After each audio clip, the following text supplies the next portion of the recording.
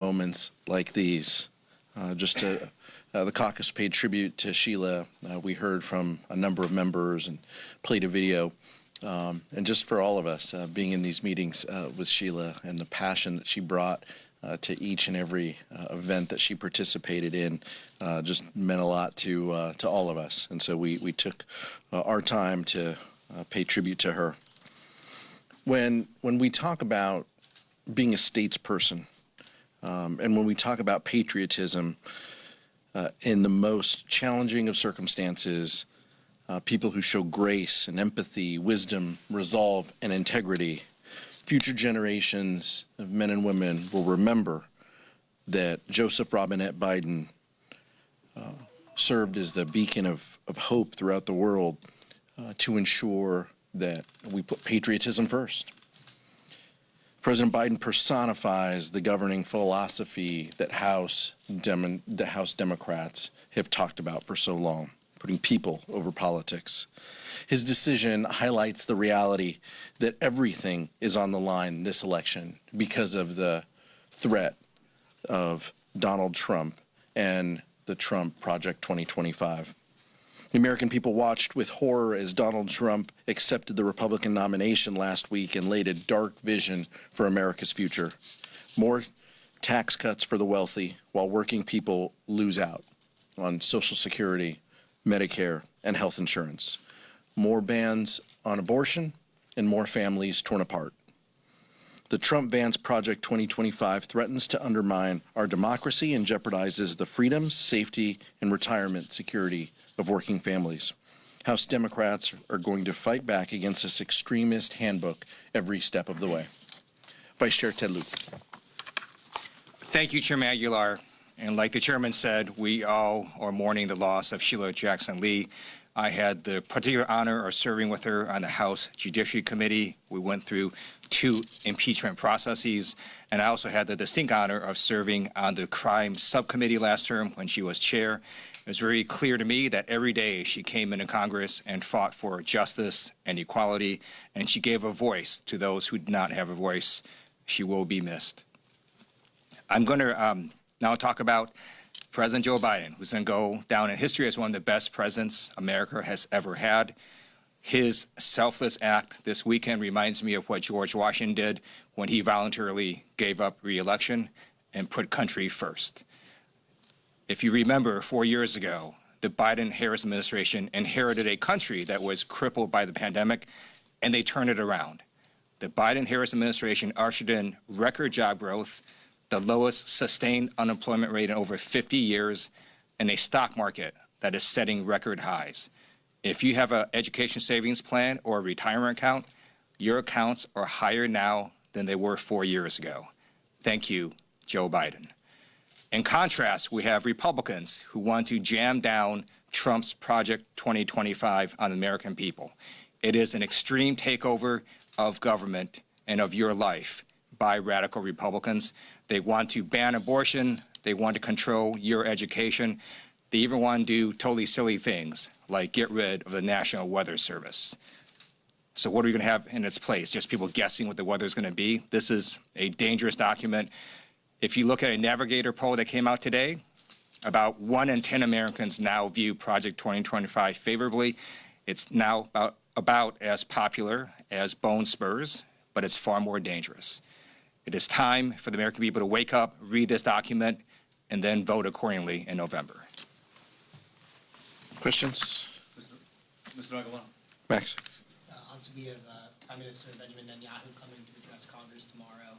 I know a substantial portion of progressive Democrats are not choosing to attend. I'm curious your message to the caucus on this speech and whether you think it's appropriate to skip the Netanyahu address. I think members are going to make their own decisions. I personally will be there. The vice chair will be there. I feel when world leaders come to the People's Chamber, it's important that we hear their perspective. Israel is our closest ally. I'm looking forward to the Prime Minister's address, even if I disagree with some policies that the government is putting forward. At times, that's part of our democratic process. But members are going to make their own decisions, and we've just been encouraging members to exercise safety and to let them know of the security posture that we're going to face tomorrow, and giving them the guidance that the Sergeant at Arms has been sending out as well. The head of Secret Service just resigned. Can you speak on the bipartisan efforts to, I guess, have the Secret Service acknowledge what went wrong there? I think members on both sides of the aisle were shocked by the events and the assassination attempt. Obviously, it's important that the Secret Service accept some responsibility. I know that there is a number of investigations that are continuing, internal and potentially external from the department itself. Members on both sides of the aisle called for her resignation, and I think that was the right decision. Go on. Thanks, Mr. Chairman. James Matthews from Sky News in the UK. If President Biden isn't fit to be a candidate, why is he fit to continue as president? President Biden's record of achievements is unparalleled. The last 3.5 years, House Democrats, Senate Democrats, and the Biden administration were able to accomplish so much to lower the costs that Americans face, to improve our economy, over 15 million jobs created. Those are the types of accomplishments that the American people know. Those are the types of things that President Biden has pledged to continue. He'll spend the next 6 months being president. And he will have our support along the way.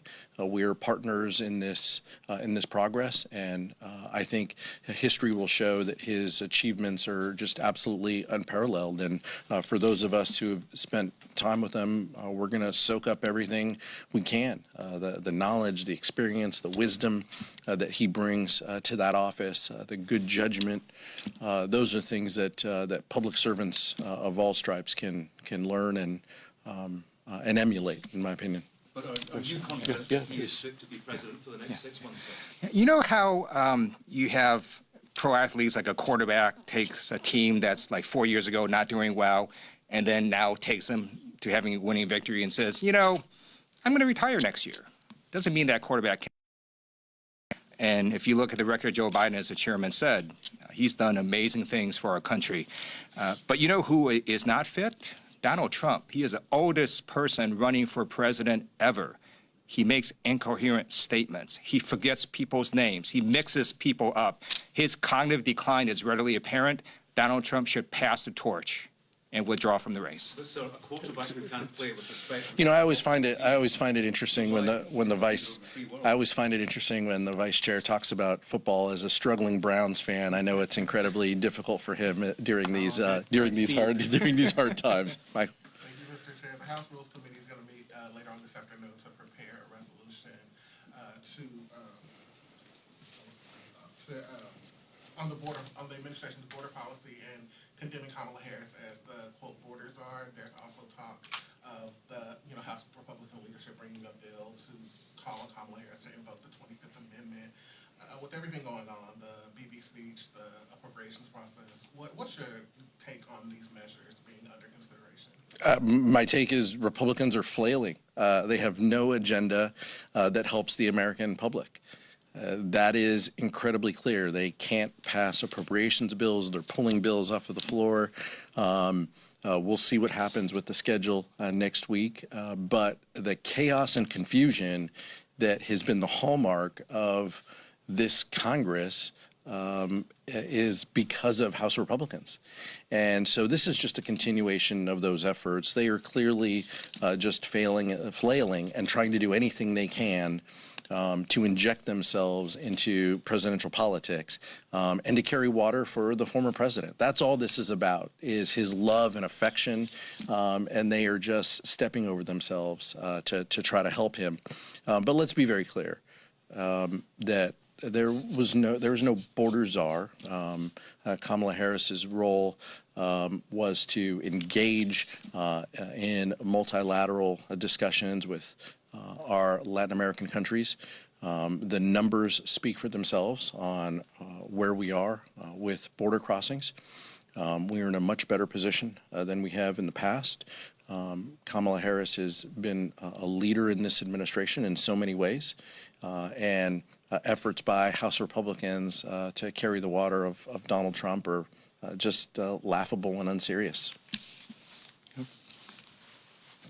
follow up on that, though, the reduction in numbers at the border that we see now, is that a result of those multilateral talks that she worked on with our partners in Latin America and South America, or is that because of the executive actions the president took to tighten up access at the border? I think it can be both and, but it's clear that the Latin American countries, the Northern Triangle countries, those numbers have significantly diminished. That is factual.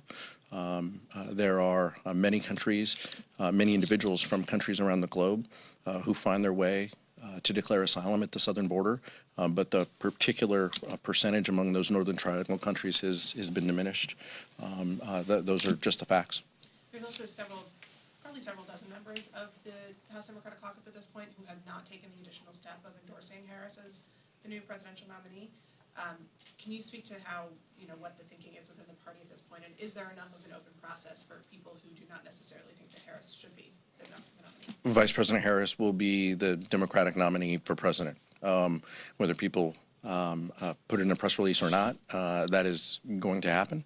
She has locked up the delegates and the support. We look forward to helping and being a partner in this process with her. I know the vice chair and I have had conversations with her. As a Californian, there's a lot of pride among us as well. We look forward to her officially securing the nomination and the next 105 days ahead. Hi there, Bo Erickson with Reuters. On the bipartisan task force announced today on the Secret Service, can you give a timeline at all about when members will be appointed and when the public should see those recommendations from you? I believe that to answer the second part of the question, I believe the resolution or the document we vote on will talk about a date, but I'd refer you to that document in the Speaker's office and the Leader's office as to the timing of the appointments. Go ahead, Nicole. Thank you, Mr. Chair. The President will address the nation tomorrow from the Oval Office, kind of about the path forward. What do you want to hear from him? And also, since both of you are members of the California delegation, can you speak specifically to the role that the Speaker Emerita played in this process, in this transition between the President and Vice President, and whether or not that was a factor in how this all ultimately played out? I can't speak to that. I'm not privy to those conversations, but I can tell you that as Californians, we have immense pride in the Vice President. Many of us have supported her, if not all of us have supported her candidacy and her stepping forward. We look forward to working with her over the next 100 days. This is going to be a sprint. What we want to see the president, look, the president's patriotism is unmatched, as the vice chair mentioned and as I mentioned at the top. I expect that the president will talk about the work that we have done together, but how this is unfinished. We still are working to lower costs that Americans have. We still have things that we need to accomplish in child care and in housing, things looking forward in the next few years. But within this next 6 months of the administration, there's a lot of work to do. And the president is going to do that hard work. And all of us are going to play a role in that. We're also going to do some politics outside of this building. But the work that remains is what's going to focus Joe Biden, and it's going to build on the legacy that he has put forward over the last 3.5 years. And we're all looking forward to that. I don't have any knowledge of Speaker Pelosi's talks with the president or his advisors. On President Biden's address tomorrow, I believe he'll remind America what it was like 4 years ago, where there were bread lines, and under the Trump administration, you had government shutdowns, you had schools that were closed, you had people that were getting sick, and you had a former president that grossly mishandled the pandemic. And under the Biden administration, you got shots into people's arms, you had schools reopening, you have an economy that is now starting to roar again, and I think that's what President Biden is going to talk about, and also with their work ahead and how we continue on the progress that the Biden-Harris administration has made these last 3.5 years. Question. Thank you. How long would you say that you've had thoughts that President Biden might not be the best person to lead your ticket in November? What was the question? How long have I? How long have you had thoughts that he might not be best suited to lead in November at the top of your ticket? Look, I think as House Democratic leaders, our job first and foremost was to listen to our members. You saw, you folks reported on those members who put out statements, indicating their thoughts. Our job was to have a number of conversations with those individuals who express their opinions publicly and those who express their opinions privately, and to convey that to the leader and to members of the administration's team. The focus and objective of every single member that we talked to, though, was the same. We have to stop Donald Trump. We have to stop this Trump Project 2025. We need to ensure that they don't carry forward a national abortion ban, that they don't end contraception care, that they don't repeal the Affordable Care Act. Those are the things that kept Democrats together. But we did our jobs as Democratic leaders to convey those the thoughts, the feelings of our colleagues to the leadership team as well as to the White House. Last question. California could determine who controls the House next Congress. How do you think Vice President Harris impacts down ballot races? And also, how do you feel about Speaker Johnson criticizing the Vice President for not attending the Netanyahu address? The Vice President's going to be having a bilateral meeting with the Prime Minister. I think that sends the message that Israel is an ally and that she is giving him an audience. And I think that that's completely appropriate. California will play a significant role in this political year. The Vice Chair and I have said that for the last year and a half. I think having the Vice President at the top of the ticket will be incredibly helpful. We know her. We know her track record. We know her as our United States Senator. We know her as our Attorney General. We know the tough-minded prosecutor that she is, that she's going to prosecute the case against Donald Trump, and she's going to remind Californians what's at stake. And Donald Trump's favorability rating is pretty low in California. And I think that the Vice President's going to remind people exactly the threat that he poses. And I think that there's going to be some energy and enthusiasm that will get our candidates across the finish line. Thank you so much. VP.